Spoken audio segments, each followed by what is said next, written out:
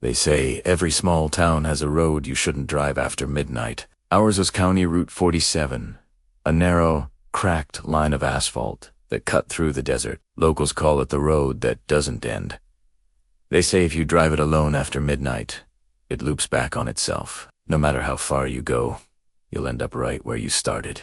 I didn't believe in that kind of thing. Not until last summer. It started as a dare, just me, my car, and my phone camera. My friend Jordan told me I wouldn't last 10 minutes out there past midnight. Record it, he said. If you're brave enough to drive it, at least bring proof. It sounded like easy content. A creepy drive for a few laughs. I started at 11:57 p.m. The air was thick, the sky dark but clear. The only light came from my headlights, cutting through the dust. The first few miles were calm, nothing but road and cactus shadows. Then my GPS froze. The clock stopped at 12:13 a.m. I thought it was a glitch, but a few minutes later, I passed a road sign that made my stomach drop. It said Route 47, 12 miles. I'd already seen that exact sign at the start. Same number. Same bent tree beside it. Same cracked asphalt pattern on the ground.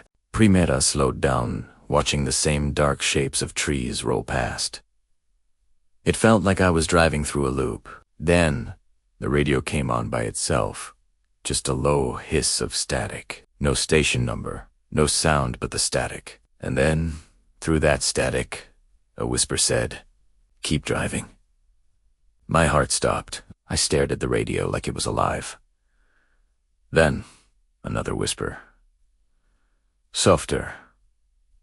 This time, "Don't stop." That's when I saw her. At first, she looked like a shadow standing by the edge of the road, still unmoving. As my car got closer, the shape turned into a person, a woman, barefoot. Her long white dress fluttered in the wind, even though the air around me was still. Primera slowed down. My headlights hit her face. She didn't have one.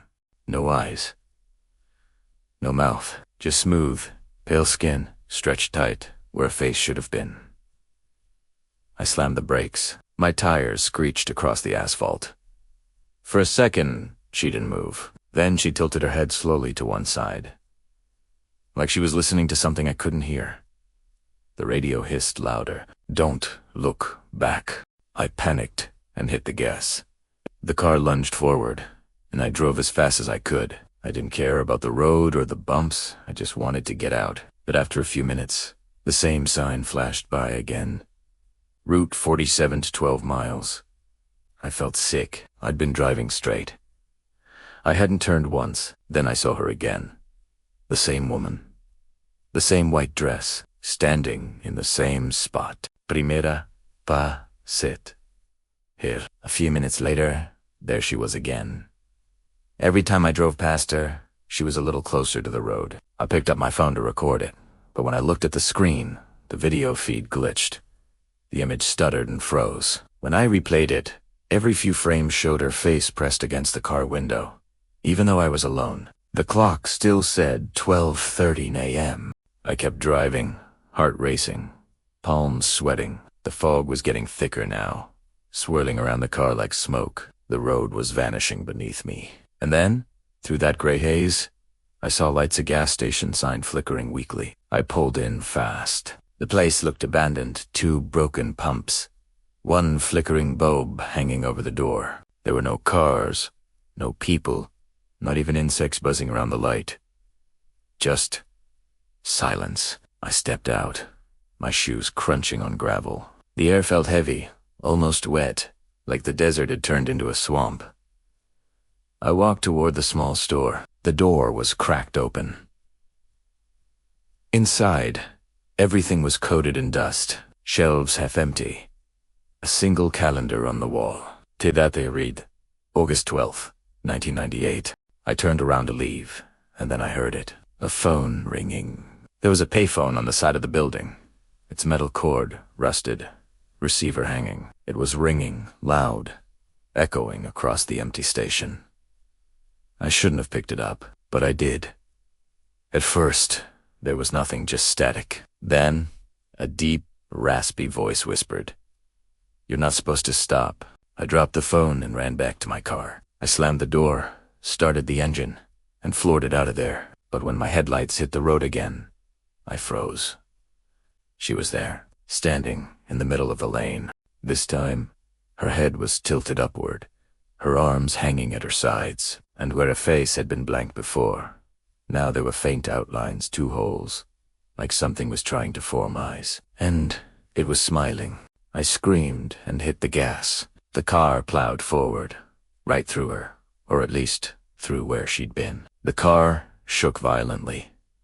The radio screamed static, and then everything went black. When you woke up, the sun was rising. I was still on Route 47, parked on the shoulder. The GPS said nothing. The clock still read 12:13 a.m. The gas tank was full. The air smelled like burnt rubber and dust. I looked at my dashcam. It was still recording. The timer showed exactly 12 minutes and 13 seconds. I hit play. The video showed the empty road, the sign, the fog. Then Mia, I wasn't driving. I was sitting in the passenger seat. Someone else was behind the wheel. Someone with pale skin, wearing a white dress, and where her face should have been now, it looked just like mine. I threw the camera onto the seat, started the car, and drove straight home without stopping. I told myself it was a dream, that I was just tired, hallucinating. But 2 nights later, at exactly 12:13 a.m., my GPS turned itself on. The screen glowed white in the dark, and a robotic voice said, "Continue straight on, Route 47. I tried turning it off.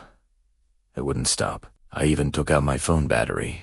The moment I put it back in, the same voice whispered through the speaker, "You didn't finish the drive." Now every night, I see headlights outside my house. They stop just past the fence. And sometimes, I hear a knock on the door, always at 12:13 a.m. I haven't opened it yet, because I know what I'll see. A woman in white, with my face, smiling.